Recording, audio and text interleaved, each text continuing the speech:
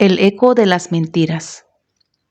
Había una vez dos niñas llamadas Ana y Sara, que parecían ser las mejores amigas del mundo. En la escuela siempre estaban juntas, compartían la merienda, jugaban en los recreos y se reían sin parar. «Eres mi mejor amiga», decía Ana sonriendo.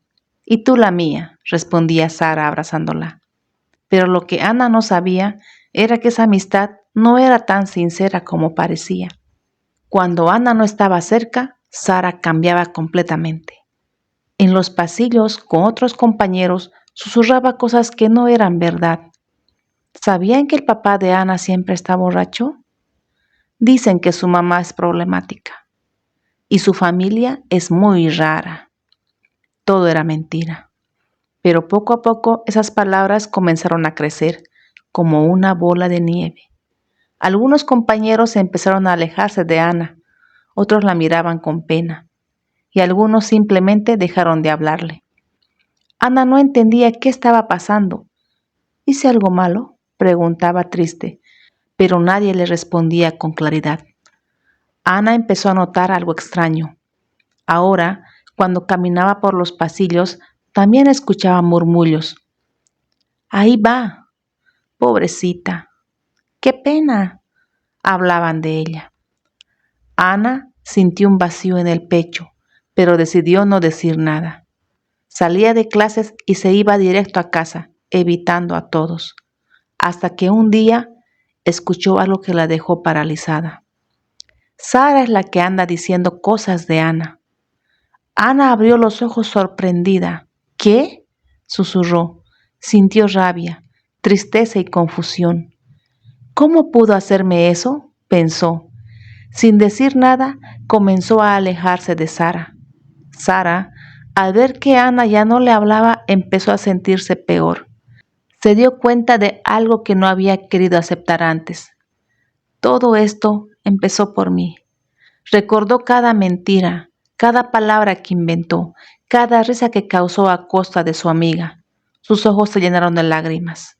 «Fui yo», susurró. «Yo hice esto». Y entendió lo importante. Las mentiras no desaparecen, se quedan y crecen. Al día siguiente Sara buscó a Ana. La encontró sentada sola en el patio.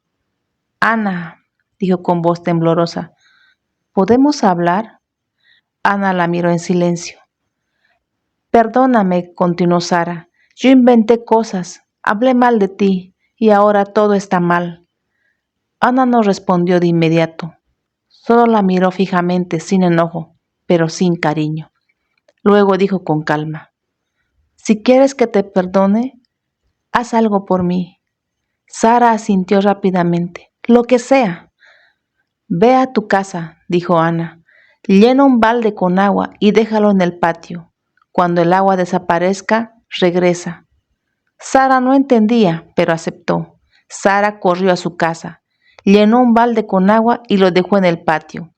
Pasaron las horas, luego los días, hasta que el sol evaporó todo el agua. «¡Ya está!», dijo emocionada. Corrió a casa de Ana. «Lo hice, el agua desapareció». Ana la miró tranquilamente. «Bien, ahora regresa todo el agua al balde como estaba antes». Sara se quedó en silencio. «Pero eso es imposible», dijo confundida. «No sé dónde está el agua ahora». Ana bajó la mirada y respondió con suavidad: «Lo mismo pasa con las mentiras». Sara sintió un nudo en la garganta.